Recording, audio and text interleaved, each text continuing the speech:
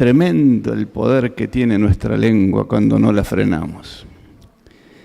Pero es mucho más tremendo lo que podemos hacer para el Señor con cada uno de nuestros actos. Y yo le pido especialmente al Señor que esto sea para mí, porque en casa ustedes saben que este tema que voy a tocar tiene que ver conmigo en forma personal. Voy a predicar para mí, a ver si de alguna vez me entra, como dice Dorita. Porque el Pincho no me dice nada, pero Dorita permanentemente me está hincando sobre este tema que vamos a hablar hoy. Así que espero poder mejorar con la ayuda del Señor. En la plaza, hace 2 jueves, me tocó también predicar. Y estábamos tocando el Salmo 23, con toda su implicancia, ¿no? Y a mí me gustó, o el Señor me dio, el versículo 4 y el versículo 6. Se los leo, no hace falta que lo pongas. Dice, me guías por el buen camino y me llenas de confianza. Y dice después, me acompañas mientras yo viva, y sé que para siempre viviré donde tú vives. Cuando pasamos un poquito para adelante, nos encontramos con que el Señor Jesús tiene un solo mensaje. Y es el mensaje este. Jesús le dice en Juan capítulo 14, verso 6, dice, yo soy el camino, la verdad y la vida. Sin mí nadie puede llegar a Dios el Padre. El camino, la verdad y la vida. ¿Y qué vida? Eterna. Eterna es a medias porque nosotros hemos tenido un nacimiento. Pero ¿saben una cosa interesante? Que es eterna, tal cual lo describe la palabra de Dios, porque dice la Biblia que Él nos eligió, no importa cuándo nacimos, ni cuándo nos convertimos. Fuimos hechos hijos suyos, ¿saben cuándo? Desde antes de la fundación del mundo. Eso es lo que nos dice su palabra. Así que somos privilegiados, aunque pocos. Eso me da mucha pena. ¿Cuánta gente que no conoce el mensaje del Señor? En alguna parte de la Biblia dice, porque nadie se lo ha enseñado. Entonces, parte de andar en el camino, andar en Cristo Jesús, que es el camino, es muy lindo. Pero también es muy lindo el objetivo final. El final del camino es el Padre esperándonos para rendir cuentas. Y todos creo que anhelamos que el Padre nos diga, bendito, ven conmigo, porque has cumplido tu misión. Hay varias maneras de expresarlo.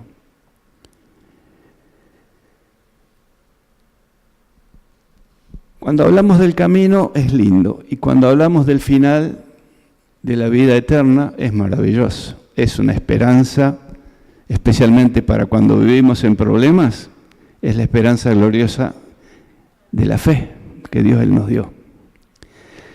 Pero en el medio hay una palabra que dice que Él también es verdad. Y yo elegí continuar con este tema porque los hermanos de la plaza, ante la tremenda necesidad que tienen, es como decía Jesús, la multitud no entiende porque no tienen al Espíritu del Señor. Y entonces él juntaba a sus discípulos para agregar nuevas cosas sobre lo que había hablado a la multitud, ¿se acuerdan? En muchas veces lo ha hecho, lo hizo. Y a mí me gustaría que juntos hiciéramos lo mismo, pensáramos en ese camino y en cómo lo vamos llevando con Jesús adentro, que es el camino, cómo vamos en ese camino. Y es muy lindo porque Jesús es nuestro Señor, nuestro guía, nuestro compañero, nuestro hermano y nuestro amigo, nos dijo a veces. Soy amigo si hacen las cosas que yo les mando. No porque Él sea un fanfarrón que es superior a nosotros y lo reconocemos, pero porque Él es eterno. Él sabe dónde guiarnos porque vino de allá. Y si permitimos que Él nos guíe, vamos a ser sabios. Porque no hay nada más lindo. Los que conducen autos o tienen que andar en rutas, saben que no hay nada más lindo que el GPS. Y Jesús es nuestro GPS. Pero también es nuestro compañero fiel, que conoce la ruta a donde vamos. Porque Él la hizo en descenso. Descendió de esa montaña hermosa de los cielos. Pero no vino de turista. Jesús no vino a hacer unos 10 días de vacaciones acá. Vino a vivir 36 años para dar testimonio de lo que era y de lo que Dios quería hacer con Él. Y también lo quiere hacer con nosotros. Por eso es importante lo que hacemos en ese camino. Y claro, es muy romántico ese camino hermoso, porque vamos bien acompañados, bien guiados, bien asesorados. Y si lo escuchamos a ese GPS que vamos atento a él, nos va indicando las dificultades. Y el Señor dejó escritas algunas dificultades grabadas en la parte electrónica de ese GPS, que ya están dadas, no hace falta que Él nos hable. Jesús en Mateo capítulo 7, verso 14 nos dice, es muy fácil andar, leemos el 13 también, es muy fácil andar por el camino que lleva a la perdición, porque es un camino ancho y mucha gente va por ese camino, podemos dar fe. Somos tan poquitos que hemos elegido este camino, hay muchos más.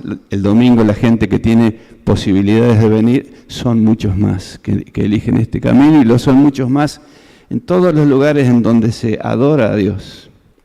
Pero somos pocos en relación a la enorme cantidad de gente que ni lo ama, ni quiere ser guiado, ni acompañado, ni quiere pedir perdón por nada. Dice Mateo 7:14 entonces, pero es muy difícil andar. Yo estoy leyendo la versión popular, se llama traducción en lengua actual, en lenguaje actual. Y me ayuda porque tiene una letra un poco más grande, entonces Carla me dijo que me quería hacer el péndex, porque me había sacado los anteojos, pero estoy haciendo un tratamiento que me está permitiendo ver un poco mejor, casi sin anteojos. Así que cuando me los pongo no veo ni bien ni mal. Así que vamos a tratar de que no sufran demasiado. Bueno, decía que el versículo 14 continuaba diciendo, pero es muy difícil andar por el camino que lleva a la vida, porque es un camino muy angosto, por eso son muy pocos los que lo encuentran. Generalmente hemos llegado al camino, algunos por herencia familiar, porque nos inculcaron nuestros padres, gracias a Dios, otros por situaciones de la vida que nos llevaron a conocer a Jesús, y otros por enfermedades o por peticiones, como muchos ejemplos de la Biblia, que se arrimaban a Jesús con un interés particular y terminaban bendecidos porque Él los guiaba para la vida eterna. No era para solucionar el problemita ese, les daba vida y vida eterna. Pero nos está diciendo que ese camino es angosto. En otra parte, en otro evangelio dice que Él es la puerta y el camino. La puerta es angosta, estrecha, y el camino es angosto. Y no sé cuántos de ustedes han andado, me imagino que todos alguna vez, por caminos sinuosos, montañosos, con subidas, bajadas, con heces, con curvas, con contracurvas. Así es el camino de la vida, así es el camino de esta vida nuestra. Hasta que Dios le ponga fin y nos lleve a un camino que conduce a su propia presencia. 10 versículos más adelante, acá mismo en Mateo 7, el versículo 24, dice: el que escucha, escuchen bien porque es parte del camino, el que escucha lo que yo enseño y hace lo que yo digo, es como una persona precavida que construyó su casa sobre piedra firme. Precavida en esta versión equivale a la Reina Valera prudente. ¡Wow! Era el punto a donde yo quería llegar, o mejor dicho, a donde yo quisiera llegar, a ser más prudente. Quiere decir que el Señor califica que el que escucha lo que enseña Él y hace lo que yo le digo, Él, no yo, ni ningún otro hombre, Jesús lo califica de prudente. Y ahora con la ayuda de los chicos ahí en la computadora, yo le voy a pedir, perdón que me ponga un ratito medio de espalda, vamos a ver lo que dice la Biblia sobre la palabra prudente, que yo necesito tanto. En el diccionario dice que prudente es originario del latín y es, fíjense lo que significa ser prudente: hablar con cuidado, en forma justa y adecuada, con las siguientes características: hablar con previsión, que sea previsible tu palabra, que sea reflexiva, o sea, pensada, y que sea sensata, no alocada, sensata, para evitar daños, dificultades o inconvenientes a sí mismo y a otros. Eso es lo que dice nuestra Academia Real, o la Real Academia Española. Pero la Biblia en un montón de pasajes se refiere a hechos de gente prudente y a hechos de gente imprudente. Para no tener que leerlo yo todo, le he pedido que los chicos coloquen acá, hay como 40 citas, de las cuales he sacado 6 o 7, 8. En Génesis 41:33 vemos la elección de José, muy estricta, para asesorar y asistir nada menos que a un faraón. Fíjense, cuando Dios nos da la capacidad de tener prudencia, ¿hasta dónde podemos llegar? Asesor de faraón, ¿lo pusiste o no? ¿O no se ve? Génesis 41:33, fue elegido José por esa característica, por ser una persona sabia y prudente. Seguimos entonces en 1 Samuel capítulo 16, versículo 18, es la elección de David. El rey andaba flojito de papeles, el rey Saúl. Sabía que el Espíritu Santo lo había dejado y que había elegido, o que estaba en eso, por elegir al que continuaría en el reino. Y alguien le trajo la noticia de que había un muchacho que podía calmar y tranquilizar a Saúl con su música. Era sabio y tenía la misma característica, era prudente. Y vaya si fue prudente, que pudiendo estar por encima del rey, se sometió a él siempre. Esa es una actitud de prudencia que debemos tener todos nosotros ante las autoridades en general, civiles, eclesiásticas, ante nuestro pastor, ante otros hermanos. Ser prudentes es en parte ser respetuosos también. Entonces, eso es lo que nos pide el Señor. No apareció tampoco. Bueno, en 2 Crónicas, otro elegido por la prudencia y por la sabiduría. Parece que vienen combinadas, ¿no? No hay sabiduría sin prudencia y prudencia sin sabiduría.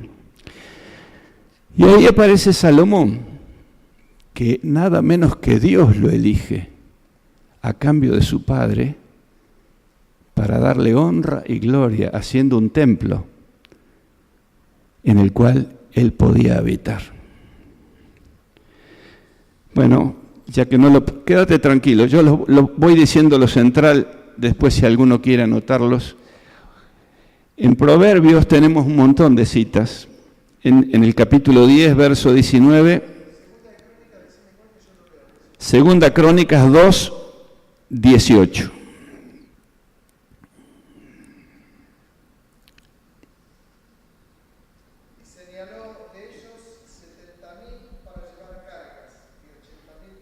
No. 2 Crónicas 2, 18. 2, 12, perdón.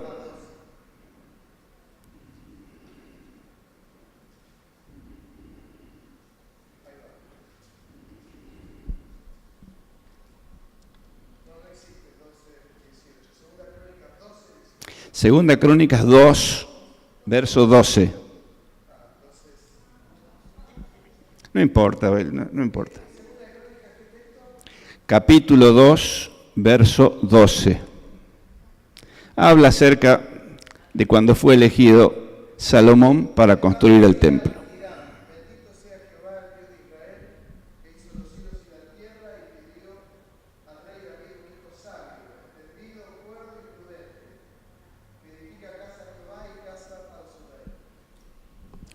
Bien, esos eran específicamente para ser elegidos para una determinada función.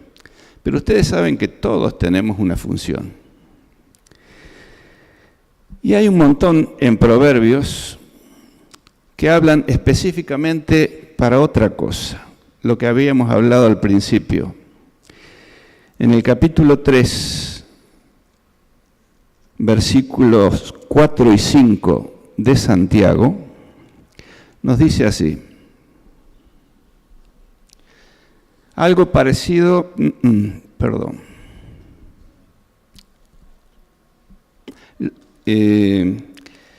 algo parecido pasa con los barcos. Por grande que sea un barco y por fuertes que sean los vientos que lo empujan, el navegante puede controlarlo con un timón muy pequeño, y lo mismo pasa con nuestra lengua.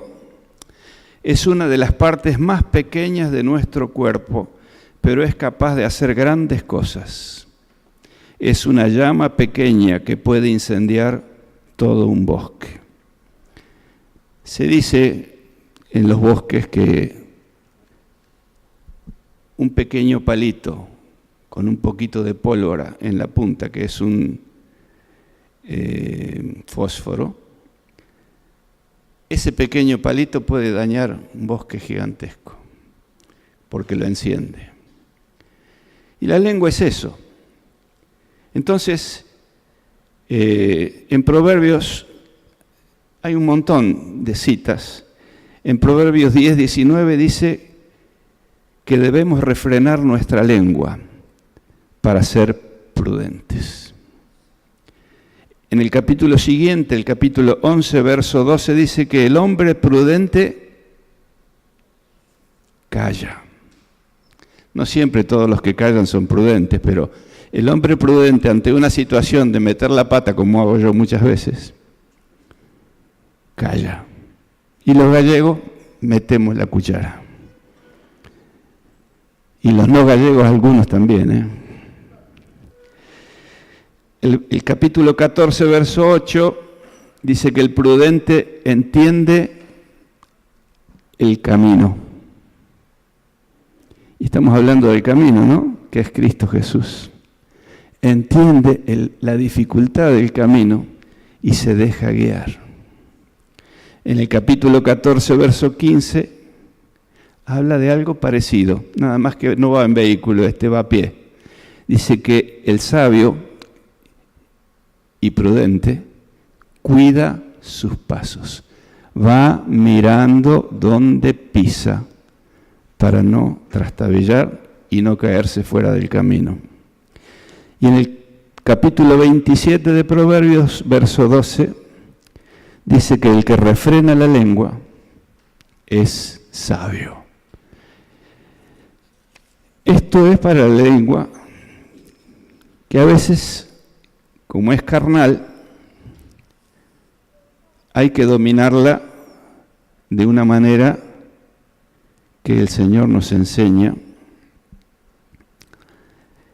y nos dice ahí mismo en Mateo 7, 24,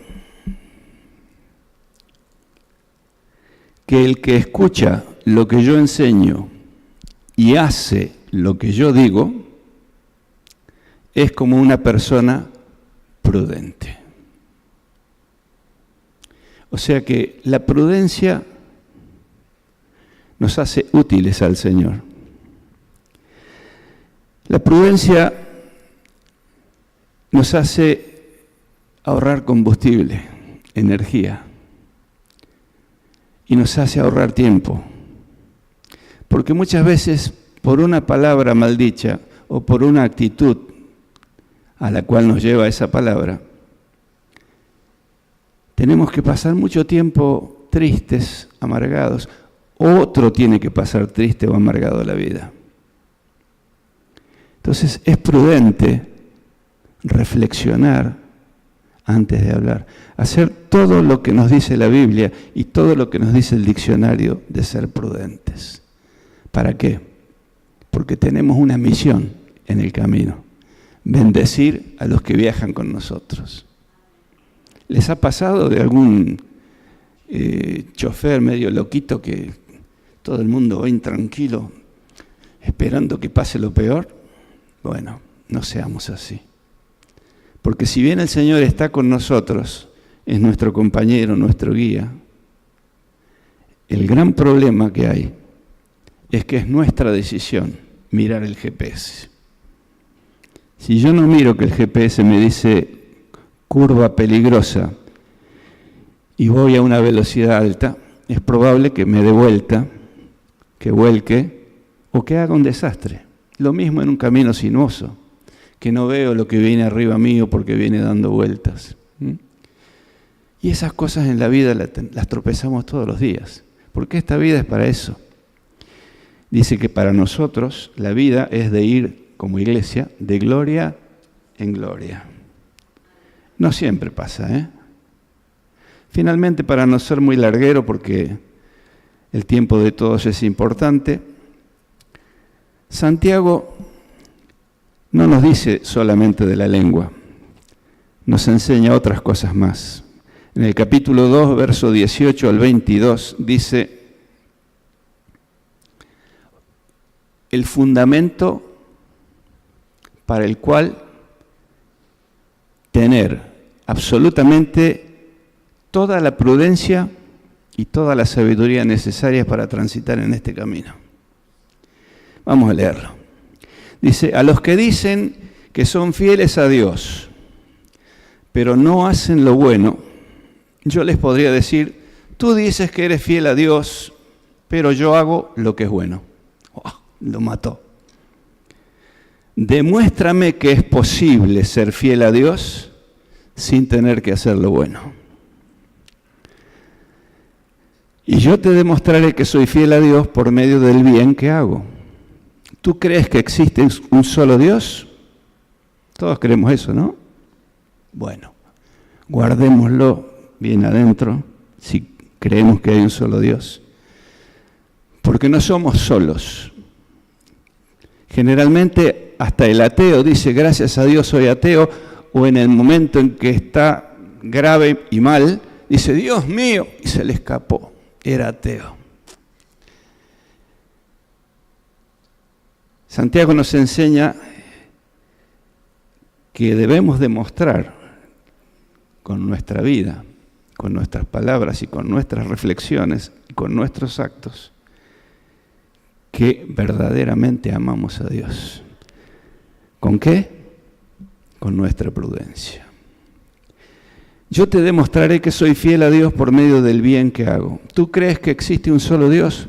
Muy bien. Fíjense quién más cree. Dice, pero hasta los demonios creen en Él. ¡Wow! ¿Los demonios creen en Dios? Que sí lo creen. Les da cada zapatazo. Dice, los demonios creen en Él y tiemblan de miedo.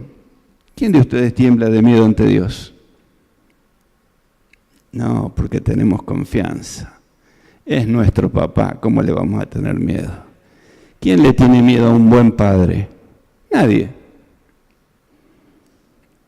Pero los demonios no son hijos. Ellos saben que existe y saben a dónde van a parar por su accionar. Pero nosotros tenemos el privilegio de ser hijos. Entonces nos dice, con toda sinceridad, no seas tonto. Debes aceptar que de nada te sirve decir que eres fiel a Dios y confiar en Él si no haces lo bueno. Y nos pone un ejemplo, que es el ejemplo del hombre al cual Dios llamó casi perfecto. Dice, verso 21, nuestro antepasado Abraham agradó a Dios, ¿cuándo? Cuando puso a su hijo Isaac sobre el altar para sacrificarlo. Y Dios lo aceptó por eso.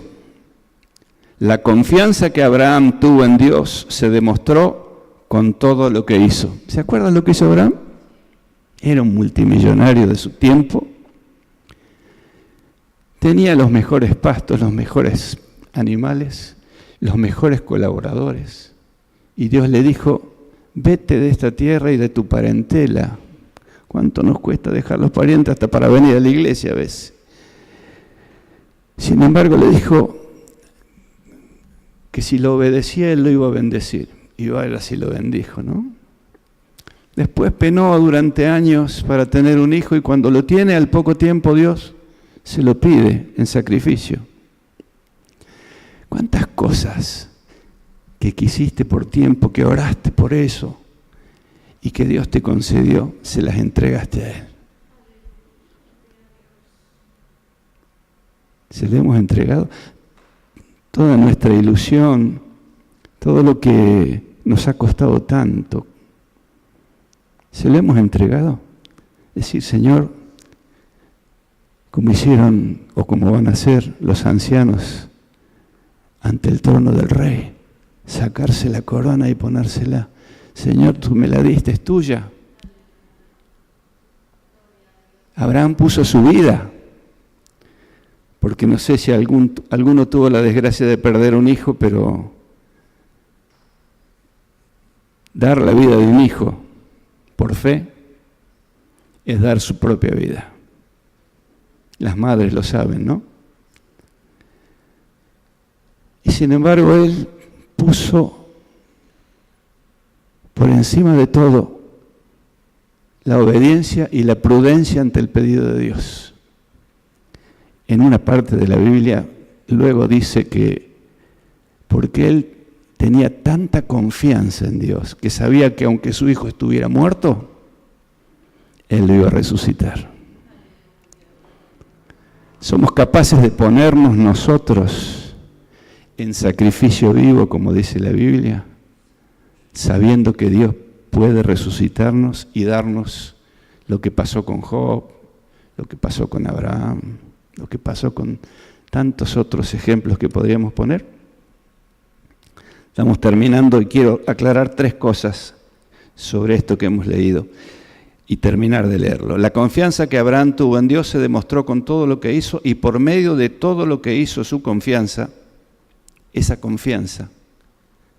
prudencia, llegó a ser como Dios quiere que seamos, perfectos como Él es perfecto. ¿En qué consiste esa perfección? En seguir ese camino difícil, complicado. Esto no se lo podemos decir a los hermanos que están esperando lo esencial. Pero los que ya tenemos un tiempo, tenemos que estar firmes en el camino, aunque ese camino sea sinuoso, aunque tenga dificultades. ¿Saben por qué? Porque tenemos el mejor compañero al lado nuestro, que es Jesús. Quiero aclararle 4 cosas respecto de esto. Querer ser fiel al Señor solo se puede lograr si buscamos hacer lo bueno en todo momento.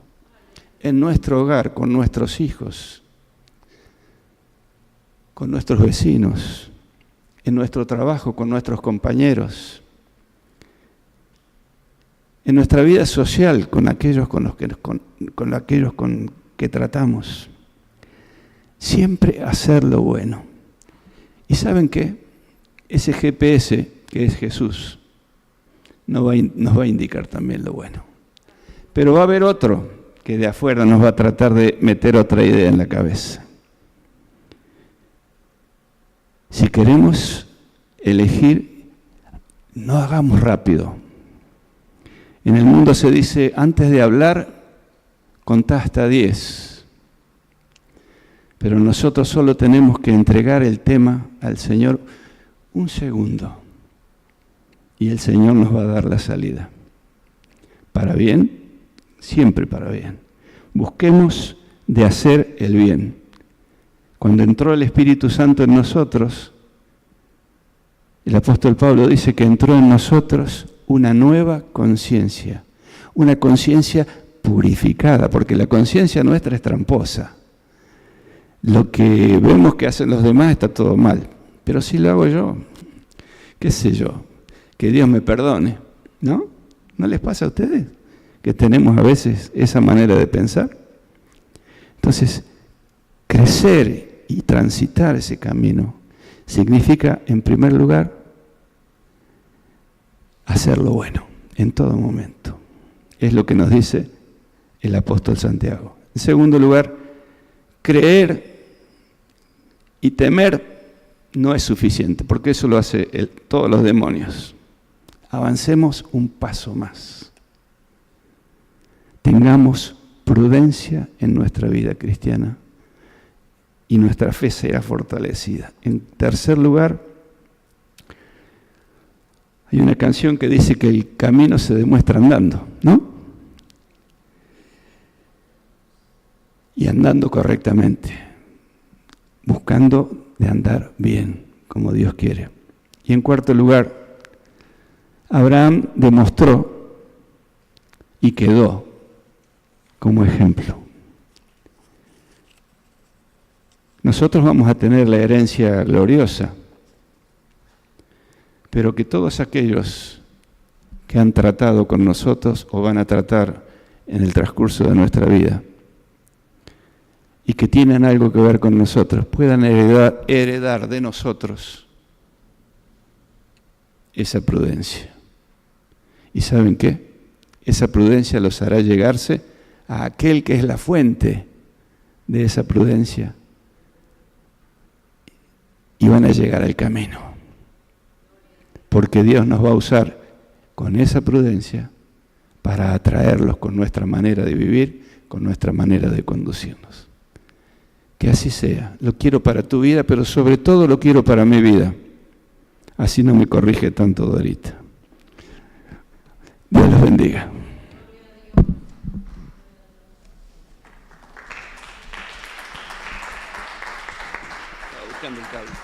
Aleluya.